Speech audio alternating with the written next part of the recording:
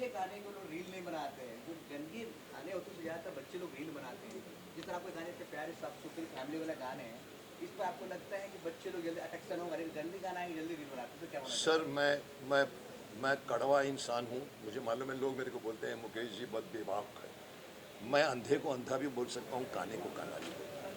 Politician नहीं बोलेंगे। आइए नासिर भाई, क्या आपको अपनी एडिटिंग पे ये था कि आप भाग गए? आइए, सब हम तारीफ कर रहे हैं आपकी। तो ये हमारे नासिर हकीम अंसारी जी हैं, जो शक्तिमान के एडिटर से लेकर आर्यमान से लेकर सौतेला से लेकर 25 सालों से मेरे साथ जुड़े हुए हैं। और ये इनायत शेख भी जो है मेरे साथ, जिसने डायरेक्ट किया, ये भी एक, मैं बता दूं अंदर की बात, मेरे को जब मेरी फिल्में महाभारत के बाद में एज ए हीरो थी 15 फिल्में, उसमें ये मेकअप मैन, बता सकता हूँ, या प्लीज प्लीज। मेकअप मैन से डायरेक्टर बनाया साहब। प्रकाश मेहरा से लेकर बड़े बड़े डायरेक्टरों के साथ, मुकुल आनंद के साथ में लेकर राक्षस रोकेश के साथ में असिस्टेंट करके फिल्म करके इसको मैंने बुलाया, चल तू दिमाग लगा। और इन्होंने, इनकी टीम ने मिलकर, सब लोगों ने मिलकर, 3-4 लोगों ने मिलकर, इवन जैसे हमारे क्रिएटिव डायरेक्टर है समीत बंसल, ये इन लोगों ने दिमाग लगा के इस गाने को नया रूप दिया है। तो मैं जो पॉइंट बताने जा, कौन से पॉइंट पे हम अटक गए थे बिगिनिंग में, कि ये कि रील, हाँ सर, मैं आपको बोलूँगा, आपको बुरा लगेगा कि नहीं मुझे मालूम नहीं, लोगों को बुरा लगेगा सर। ये सोशल मीडिया ने हमारे यूथ के मोरल की ऐसी की तैसी कर दी। ना वो बाप की सुनते हैं, ना माँ की सुनते हैं, ना बेटे, ना अपने गुरु की सुनते हैं, ना भाई की, ना बहन की। वो सिर्फ और सिर्फ सुनते हैं विकीपीडिया की। उनके पेट में दर्द होता है तो फ़ोन को उठा के पूछते हैं, तो मेरे पेट में दर्द हो रहा है, क्या करूँ मैं? वो बोलता है इनो खा लो, इनो, अच्छा इनो खाए साहब। ये है हमारा बहुत, हमारे बच्चे, माफ़ करना, बीच में तो एक इंसिडेंट उठा था जिसमें मैं भी इन्वॉल्व था, मेरे को भी कुछ सुनना पड़ा उनकी तरफ से। सर वो संजीवनी पहाड़ कौन किसके लिए लाया था भूल गए थे, आपने देखा, मैं अगर रिपीट दूँगा बिकॉज मुझे वो लोग बोलते हैं कि, पर मैं बता दूं साहब, एक ऐसा वक्त आएगा जब ये लड़का मोबाइल में फिल्म देखेगा, एआई का काम सुनेगा, अपनी गर्लफ्रेंड को लेकर बीच में जाके पूरी फिल्म देखेगा, वो साहब अपने दादा दादी का नाम भी भूल जाएगा। आप उसको पूछेंगे, अरे तेरे फादर का नाम क्या है? अरे वो हुक्मचंद। अच्छा, तेरे दादा का नाम क्या है? गर्लफ्रेंड को पूछे क्या है मेरे दादा का नाम?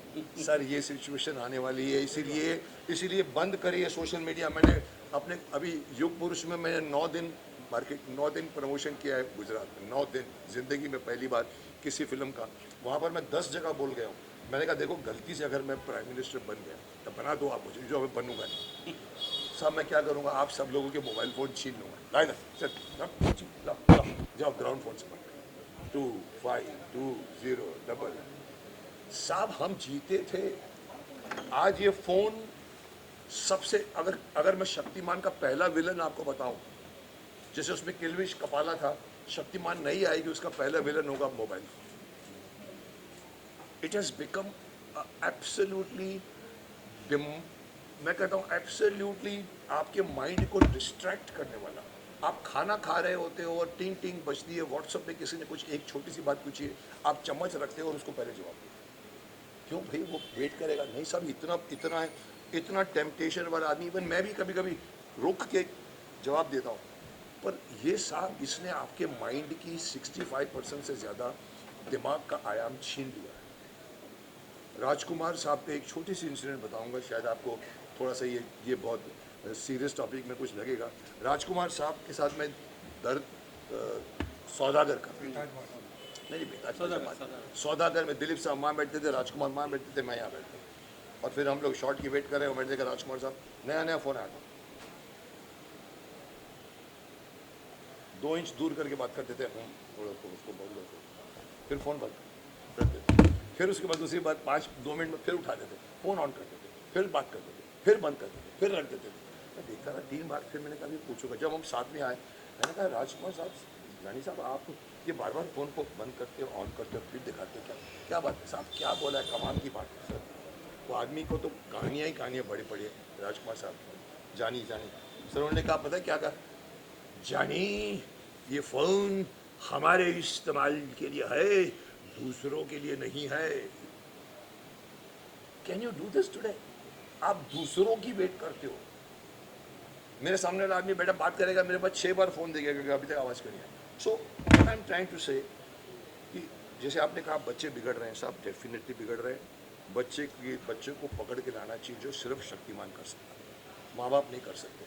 आज के बच्चों को शक्तिमान की 10 गुना ज़्यादा आवश्यकता है 97 के बच्चों से, जो आप लोग थे 97 के जितने भी हैं। सो ये गाना, इस तरह के और गाने, इस तरह की फिल्में, इस तरह के, एक ही एक्टर था, मैं माफ़ करना, मैं मुझे अचानक बात दिमाग में थी और अभी भी आ गई है। हमारे पूरी इस बड़ी बड़ी इंडस्ट्री में जो बोलते हैं, जैसे अर्नब बोलता है, अरे मुकेश जी आप बोलते हैं ड्रग्स के खिलाफ, बोलते हैं पोर्नोग्राफी के, और कोई नहीं बोलता, महानायक भी नहीं बोलता, यहाँ तक बोल गए थे वो साहब। एक एक्टर थे एक ज़माने में जिनका नाम था मनोज कुमार, जिनको भारत कहा जाता था, जिन्होंने सर उन्होंने फिल्में बनाई थी जो बननी चाहिए आज। जब ज़ीरो दिया मेरे भारत ने, जब ज़ीरो दिया मेरे भारत ने, क्या मैसेज दिया था उसने पूरे। कहीं ना कहीं we need to bring back Manoj साहब के उपकार, पूरब पश्चिम, शहीद, क्रांति, मतलब कमाल के मेकर्स थे। अभी उनकी डेथ हुई, मेरे साथ अच्छे रिलेशन थे, मेरे को मकेश बोलते थे मेरे को हमेशा। साहब मैं अंत में यही कहूँगा कि you people should discourage badly made film with badly motive, with जानबूझ के गंदी चीज़ें डाली गई हैं। मुझे एक प्रोड्यूसर ने कहा था, सर हम वही बनाते हैं जो लोग देखना चाहते हैं। मैंने कहा साहब नहीं, लोग वो देखते हैं इसलिए कि आप दे रहे हो, आप नहीं दोगे तो वो नहीं देखेंगे। So it's up to you to have guts. वो बनाओ जो उनको बोलो आके देखो, जो मैं शक्तिमान को कहता हूँ, बच्चे को पकड़ेगा, इधर बिठाएगा, बैठ, देश का हमारा ये फर्क है। सो आपके सवाल का जवाब मैंने बहुत बड़ा दे दिया। और कोई क्या बनता है पहले कौन होंगे, सेकंड कौन होंगे, थर्ड कौन होंगे, पहले कुछ नहीं होगा। पहली ना, हाँ, तो पहले कौन होंगे, सेकंड ये डिसाइड दीपक त्रिपाठी ये डिसाइड करता है। ये मेरे पास गाना देता है, मैं ऊपर नीचे करता हूँ, कभी कभी मैं भी बोलता हूँ कि नहीं इसके अंदर वो, इसके अंदर नहीं। तो इन ये आप बताइए आप कैसे डिसाइड कर रहे हैं बिगिनिंग का 1 2 3। अभी मेरे पास 3 गाने, मैं बता दूँ आपको, 3 गाने ऑलरेडी लिखे पड़े हैं, जो मैं फिर से अगर भ्रष्टता कर रहा हूँ अपनी आवाज़ में गाऊंगा, जो बीच में काफ़ी लोगों ने क्रिटिसाइज भी कहा था। मैंने कहा मैं गायक नहीं हूँ, तो कैसे डिसाइड करें। इसका सीक्वेंस जनरली ऐसे बनाते हैं कि पहले ऐसे नाम का इस्तेमाल करते हैं जिसे सामान्य लोग जानते हों, जिसे पब्लिक जानती हो और पूरे देश के लोग लगभग जानते हो। कुछ नाम ऐसे होते हैं जो राज्य स्तर पे सीमित हो चुके हैं, जबकि उन्होंने काम देश के लिए किए हैं। जैसे बिरसा मुंडा, जैसे जैसे तेलंगा खड़िया, जैसे आप नाम लीजिए बाजी राउत, जैसे सावरकर जी। अब सावरकर जी को लगभग महाराष्ट्र तक सीमित करने का प्रयास है, जबकि ऐसा नहीं है। उन्होंने इस देश को आज़ाद करने के लिए लड़ाई लड़ी है। चंद्रशेखर आज़ाद ने भारत को आज़ाद करने के लिए लड़ाई लड़ी है, लेकिन चंद्रशेखर आज़ाद के नाम पे आप महाराष्ट्र, उड़ीसा या अन्य कई जगहों पे ऐसी कोई सड़कें बड़ी सी नहीं पाएंगे, या उनके नाम पे बना हुआ कोई यूनिवर्सिटी, कोई एयरपोर्ट, ऐसा कुछ नहीं मिलेगा। तो हम लोग पहले प्रयास करते हैं कि बच्चे वो नाम पकड़ें जो ऑलरेडी लोग जानते हैं। फिर धीरे धीरे हम ऐसे नामों पे जाएंगे कि ऐसे बहुत से नाम हैं जिन्होंने आज़ाद जी, भगत सिंह जैसे काम या उनसे भी बढ़कर काम किए हैं, लेकिन इतिहास के गर्त में वो खो गए। तो उनके नाम भी आगे आएंगे, जो जैसे जैसे पहले आगे बढ़ेगी वैसे वैसे वे नाम और वे कारनामे भी आएंगे जो लगभग मुझे ऐसा लगता है 90% जनता नहीं जानती। तो क्या करोगे तुम? वो मुझे अभी सोचना आगे कि आगे आप मुझे 4, हर गाने में 4 लोग डाल रहे हैं, 4। तो हो सकता है एक जवान में 4 है जो मेरे को भी नहीं मालूम, तो बच्चों को पूछ रहा हूँ, बच्चों को नहीं मालूम, तो उसका क्या करें? फिर मुझे जवाब देना पड़ेगा बच्चों उसका जवाब आपको देना पड़ेगा, पहले मैं आपको बता दूंगा। को। तो मुझे पूछना हो तो पर ठीक है, मतलब आगे जाकर फिर उल्टा हो जाएगा कि बताओ कौन थे वो, मुझे पता है तुम नहीं बता पाओगे, चलो मैं बताता हूँ, तो ये रहेगा।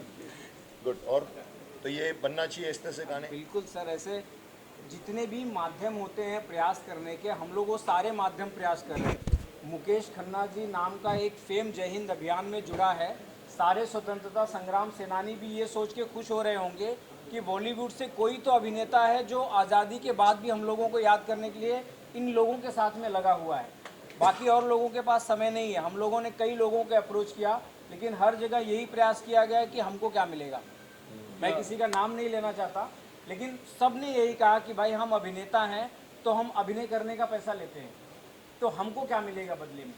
तो मैंने बोला कि हम क्या दे सकते हैं, हम कोई प्रोड्यूसर तो है नहीं, कोई उद्योगपति तो है नहीं, हम क्या दे सकते हैं। मुझे लगता है स्वतंत्रता सेनानियों ने सिर्फ मुझे आज़ाद करवाने के लिए जान नहीं दी थी। आप अभिनेता हैं या नेता हैं, आपको भी आज़ाद करवाने के लिए उन्होंने अपनी जानें दी थी ना। 23 साल 19 साल के खुदीराम बोस, 23 साल के भगत सिंह, 23 साल के चंद्रशेखर आज़ाद, नेताजी सुभाष चंद्र बोस, जिनकी मिस्ट्री आज भी बनी हुई है, उनके वंशज हमारे साथ में है। सबसे बढ़िया चीज़ आपको बताऊं, हमारे इस अभियान में जिसमें मुकेश जी हमारे मार्गदर्शक हैं, स्वतंत्रता सेनानियों के सभी वंशज हमारे साथ में हैं। शहीद भगत सिंह के भतीजे हमारी टीम में हैं, मंगल पांडे जी के पौत्र रघुनाथ पांडे जी हमारे साथ में हैं, सावरकर जी की सगी पोती श्रीमती अशीलता जी, उनका इंटरव्यू भी लिया मैंने। यस, वो हमारे साथ में है। राजगुरु के पौत्र हमारे साथ में हैं। झांसी की रानी लक्ष्मीबाई के वर्तमान वंशज हमारे साथ में हैं। तो हम एक जड़ से लड़ रहे हैं कि लगभग ये नाम सबको पता चल जाए। कमर्शियल एंगल बिल्कुल नहीं है, ये हिट हो इसलिए चाहते हैं कि लोग जाने, हम इससे कमा लें, ये उद्देश्य नहीं है।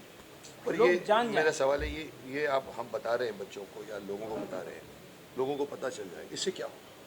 इससे पता ये चलेगा सर कि जब 8 साल 10 साल के बच्चे में ये पता चलेगा कि 23 साल का चंद्रशेखर आज़ाद, जिनके ऊपर ब्रिटानिया हुकूमत ने 27 वारंट जारी की थी, अंत समय में जब आज़ाद जी को घेरा गया था तो 80 पुलिस वालों ने घेरा था और वो अकेला आदमी 32 मिनट तक उन लोगों से लड़ा था, बाकी लोग सशस्त्र थे।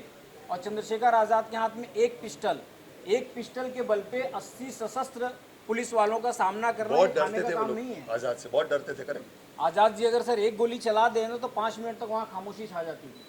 और उस समय के नॉट बाबर ने संस्मरण में अपने लिखा है कि चंद्रशेखर आज़ाद जितनी गोलियां चलाते थे हमारे ऊपर, वो जो पेड़ों पे लगते थे वो 6 फीट के ऊपर एक भी गोली नहीं गई थी। और आज़ाद जी जिस पेड़ के पीछे से लड़ रहे थे, अंग्रेजों की गोली 30-30 फीट के ऊपर थी, मतलब वो बौखला के चला रहे थे। निशानेबाज मशहूर थे, मैं आपको इनकी बात पे रोक के बताऊंगा क्यों निशानेबाज थे चंद्रशेखर आज़ाद। ये आपने ही बताइए किताब के अंदर, बचपन में या कम छोटी उम्र में वो भील जो होते हैं ना, आदिवासी के साथ बैठकर तीर कमान के उनकी प्रैक्टिस करके उन्होंने, तो उनका निशाना इतना अच्छा था कि उसके ऊपर से कमाल की कहानी है।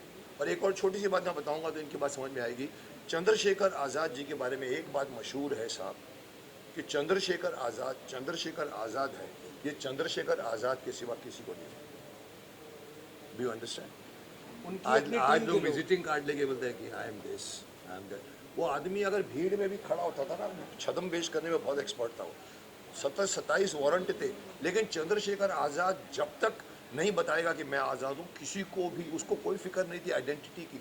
जो आज हम लोग ढूंढते हैं कि मेरे चेहरे को लोग जाने, साहब उन्होंने छुप कर जो उन्होंने नाक में दम किया सर, उन्होंने 27 वारंट जारी किए। एंड में भी जब ये बता रहे हैं मरने को, साहब मरने के बाद भी कम से कम आधा घंटे तक किसी की हिम्मत नहीं हुई जाने को, ऐसे कंकड़ मारते थे। 6-7 अभी जिंदा तो नहीं है, अभी मर तो नहीं है, जिंदा है कि नहीं साहब।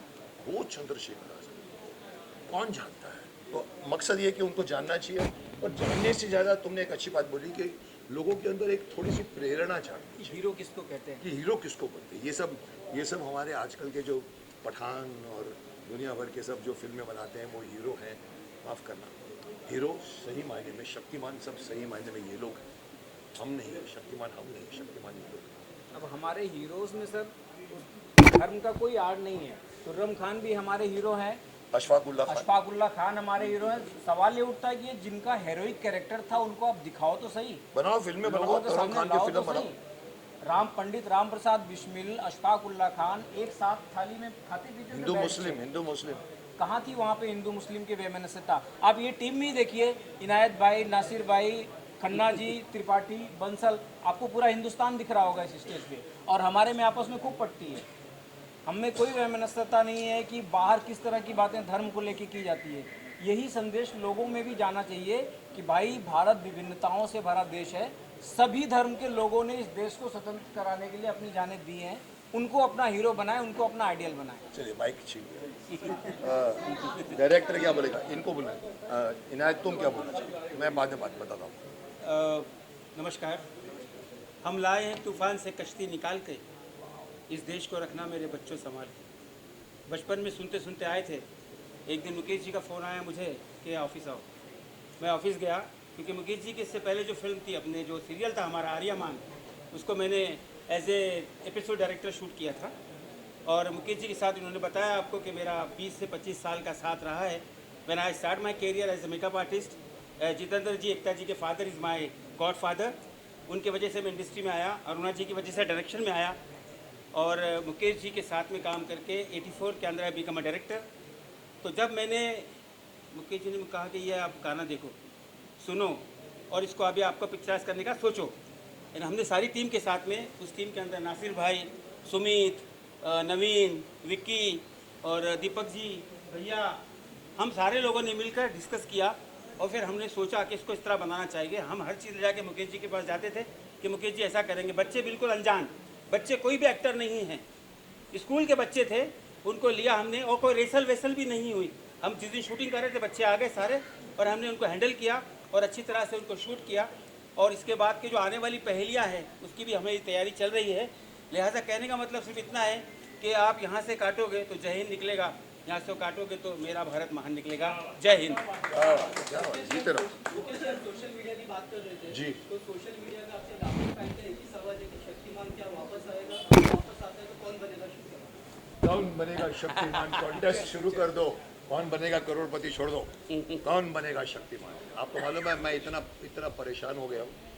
आपको मालूम है मैं जैसे अभी आपको भी कई लोगों को अंदाज़ा हुआ 20 मिनट में मैंने 15 मिनट आध्यात्मिक बातें की, अच्छी बात की साहब। मैं अपने चैनल में मेरे 800 से ज़्यादा वीडियो आ चुके हैं, Bhishma international, Mukesh Khanna show. Sir अक्सर तीसरा कमेंट होता है, अरे छोड़ो ना ये सारी बातें, शक्तिमान कब आएगा? हर तीसरा आदमी पूछता है मेरे को, अरे रहने दीजिए, लगता है ये तो झूठ बोल रहे हैं शक्तिमान में। तो बोलता है अरे अगले जन्म में शक्तिमान देखना पड़ेगा। So this your question is very very pertinent. I am aware of it, I can't answer you because मैं सोनी से कॉन्ट्रैक्ट में हूँ। सोनी से कॉन्ट्रैक्ट में होने के बाद में भी मुकेश खन्ना जितना बोल गया कोई एक्टर नहीं बोलता। मैंने आप लोगों की कदर की, आप लोगों को मैं, बिकॉज मेरा आप लोगों का रिश्ता आज का नहीं, 40 साल हो गया। दर्द दिल से लेकर आज तक मैं, प्रेस मेरे साथ बहुत कंफर्टेबल फील करती है। आजकल की प्रेस इसीलिए कंफर्टेबल फील करती है, आपको बताऊं असलियत, उनको मालूम है मुकेश खन्ना को थोड़ा उंगली दो तो कुछ न कुछ दे देगा। मैं फिल्म के प्रीमियर में खड़ा हूँ, फिल्म की बात हो रही है, भागम भाग पता नहीं, एक आदमी सर नरेंद्र मोदी जी सर को क्या करने वाले हैं। मैंने कहा यार मेरे पास फिल्म की बात करो ना। उनको मालूम है मैं बोल जाता हूँ। सो कहीं ना कहीं आप समझ लीजिए कि हम जो करना, मैं बोल जाता हूँ। शक्तिमान के बारे में भी मैंने कॉन्ट्रैक्ट के खिलाफ उनको शिकायत थी, मुकेश जी आप बोलेंगे नहीं, पर मुझे बोलना पड़ा।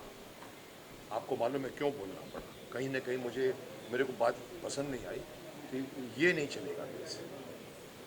वेदर यू आर लिखा हुआ है एग्रीमेंट कि नहीं, I don't care, I will not let him play Shaktimaan. आप जानते हैं मैं किसकी बात कर रहा हूँ, क्योंकि मुझे शक्तिमान में शक्तिमान का चेहरा चाहिए, मुकेश खन्ना नहीं चाहिए। किसी ने एक बार कहा था पिछले गाने को देखकर, कई लोगों ने मुझे ट्रोल किया, माफ़ करना, बीच में ट्रोलिंग इतनी स्ट्रांग हो गई थी कि मोदी जी भी छूट गए थे पीछे। 15 दिन तक मुकेश खन्ना शक्तिमान ट्रोलिंग चल रही थी। अरे ये तो शक्तिमान बन के आएगा ऐसा बताने के लिए गाना लेकर आए। अरे ये देखो, अरे मैंने कहा मेरे बाप में शक्तिमान हूँ, मैं क्या बोलूँगा, मैं लाऊंगा शक्तिमान दूसरा, it is 100%, but I have to delegate. ये सुपरमैन, स्पाइडरमैन, इलेक्ट्रिक मैन या मतलब जो होता है आयरन मैन नहीं है। सुपरमैन में 10 सुपरमैन बने, आपने देखे होंगे। क्रिस्टोफर रीव से पहले भी कॉमिक्स में चलता है सब, क्योंकि उनकी मिस्ट्री, उनकी हिस्ट्री, उनकी माइथोलॉजी। शक्तिमान में ये चाहिए। हाँ क्या सोनी टीवी आने वाला है, मतलब शक्तिमान आने वाला है, शक्तिमान आने वाला है। आपको डायरेक्ट सवाल का जवाब चाहिए या मैं आपको अंदर की बात बता रहा हूँ? डायरेक्ट सवाल मेरे पास भी जवाब नहीं। सोनी में आना है साहब, मेरा कॉन्ट्रैक्ट हो चुका है और 1-2 रुपये का नहीं है, करोड़ों रुपये का है। और मैंने उस करोड़ों रुपए को होल्ड करवा के रखा हुआ है, कोई और नहीं करता जो मुकेश खन्ना लिखे। मेरे को मेरे अकाउंटेंट ने कहा था, माफ़ करना, किधर है मेरा अकाउंटेंट? राजू, एक सेकंड मेरी बात पूरी कर रहे थे, मेरी बात। राजू भाई, मेरे को मेरे अकाउंटेंट बोलते हैं सर चेक ले लो ना, बाद में आप प्रोटेस्ट करना। मैंने कहा चुप, चेक नहीं लूँगा। मैंने वो सर होल्ड कराया और मेरा प्रोटेस्ट शुरू हुआ। सो शक्तिमान सोनी पर आना ही पड़ेगा, एग्रीमेंट है। बट कहीं ना कहीं जैसे आप लोग बोलते हैं रुकावट के लिए खेद है, कि हम मिलेंगे ब्रेक के बाद, ये हो रहा है। जी आप क्या बोल रहे हैं? जी शक्तिमान कौन बनेंगे, ये तो एक बहुत लंबा डिस्कशन रहा है, लेकिन केलविश आप किसे देखते हैं, बाकी कास्ट आप किसे देखते हैं, आपके जहन में कौन कौन चेहरे आते हैं? फिर आप छेड़ रहे हो मेरे को, आपको कोई कोटेशन मिल जाएगा मुकेश खन्ना से। चलिए बोल देता हूँ, मैंने सामने बोला हुआ है। मैं रणवीर को किलिश बना दूँ,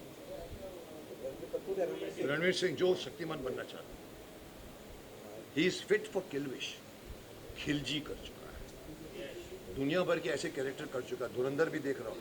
मुझे कहीं से लोगों ने कहा सर वो गली बॉय इतना अच्छा एक्टर है, मेरे साथ बैठ के 3 घंटे अच्छी तरह से बातें की। क्या हो रहा है, मैं हिला रहा हूँ क्या? हाँ, तो कहीं ना कहीं मैं आपको बता दूँ, मैंने उनको भी, मैं छुपाऊंगा नहीं, मैंने उनको भी मुंह पे कहा। अब मैं बोला नहीं 15 मिनट और बोलो 15 मिनट्स में 3 घंटे, बेचारे बहुत एनर्जेटिक एक्टर है। एंड में मैंने उसको बोला, मैंने कहा देख, जो मेरे दिमाग में शक्तिमान का फेस है ना, इमेज है, प्योर होना चाहिए, मिसचीफ नहीं होनी चाहिए। जैसे आज की सास भी कभी बहू की लड़कियाँ बिंदिया लगा के देखती हैं शादी कैसे, इनके अंदर वो बच्चों को सिखाने का जज्बा नहीं है। बच्चों को क्या बोलेंगे, चला यार डांस करते चल, ये सिखाएंगे, मस्ती कराएंगे, खिलाएंगे। I wanted Shaktimaan.